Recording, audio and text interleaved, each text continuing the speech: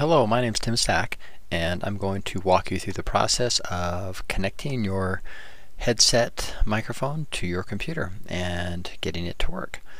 So first of all, you should have a headset microphone similar to this one that we are looking at. The key here is that we're going to attach this microphone to our laptops using a USB connection. So this microphone that I have a photo of, it has a little dongle that you plug the two mini plugs into, and it converts them to USB. So you get a lot of options with this one, but that doesn't really matter. So first thing, open up your microphones, find that USB connection. Then we'll look on the left side of your laptop, and you'll see two USB ports. Okay, so you'll attach it there in one of those USB ports. Okay, once it's attached and your computer's on,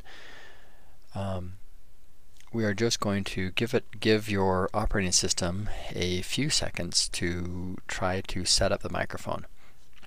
So it may pop open a little box saying that it found a new microphone, new headset, and that is fine, but there are two other places we need to make sure that your computer knows about the headset. So first thing, whenever we plug a microphone in or a headset in, we're going to go look in the system preferences to make sure that your operating system recognizes that microphone and has the proper settings. So to get to system preferences, we're going to click on the Apple menu in that upper left hand corner of the screen, and the fourth item down on that menu is system preferences. Select that, and we get the whole large system preferences menu.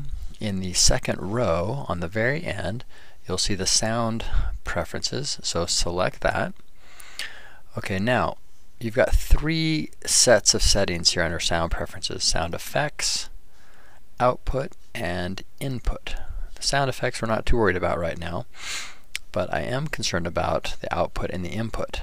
So the output, this allows me to tell my computer where to send the sound when sound plays. So you can see that I have that my system preferences sees this microphone, this headset, and that's when you see that under type it says USB. Under name, mine happens to come up as a C Media USB headphone set. So when you open this up, it might not say that exact thing, but it will say USB under type. So you select that, which I have selected. You can also adjust the volume here if you want as well. Okay, so that gets the sound coming out of my headphones. Next, I'm going to go to input, because here's where we're able to tell our operating system what microphone to use. So your laptop has a built-in microphone on it, but it's not a great microphone. So you can see here it says internal microphone built in, and then there's a line in port, and then the USB one that is showing up. Okay, so that's what we're looking for, the USB. I'm going to select that, and then you can also see this levels meter that is sort of bouncing back and forth. That is the volume of the microphone. So if I am a soft talker, or if I want to capture the highest volume through my microphone, I want to turn that up, and you can see there's a slider here that allows me to adjust my input volume.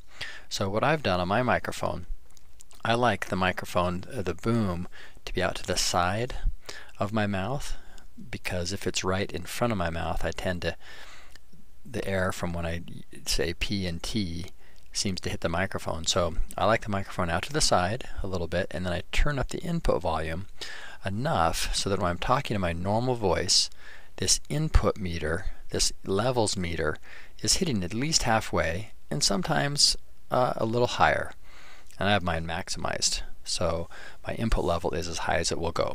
So this is the first place to come and check the settings for your headset microphone under System Preferences.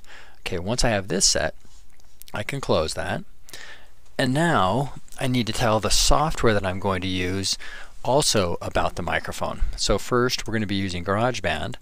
So I've got GarageBand up and running here. Now if I'm going to record audio right into GarageBand, I need to make sure GarageBand knows about my microphone. So under the GarageBand menu in the upper left, GarageBand, the second option down there has a preference setting. Alright, so you can go through these, and the second button over here under audio / MIDI, you'll see it has audio input, and I have some choices. So the audio input that I would like to use again is this headset mic. Okay, and I'm going to say yes to that. Okay, so I'm telling GarageBand to use the microphone that is on the headset. Same name. So there's the USB headset, and then, oh, that's the output. So that just makes sure that I can hear through the headset the sound that's being played. The next one down is audio input, and I want to choose USB headset for that as well. Okay, so now I've told the output and the input to come from this new headset microphone. Okay, so once I have those two settings done, I can X out of that, and now you can see when I'm in GarageBand, this default male voice track that comes up, you can see the levels meter is registering my audio coming through the microphone. And I like to test that out a little bit before even attempting to record. Okay, so we'll come back later and talk a lot more about recording in GarageBand. But let's do the same thing. Let's say that I am going to record into iMovie. So iMovie allows me to do narration right into a project. So I'm going to go to the iMovie settings, and under Preferences again. Alright, so now I'm going to look under Preferences here and see if I can find settings for the microphone. Okay, so I click along there, and there's no settings. I see no input settings for the microphone. Okay, so it's in a little different place in iMovie.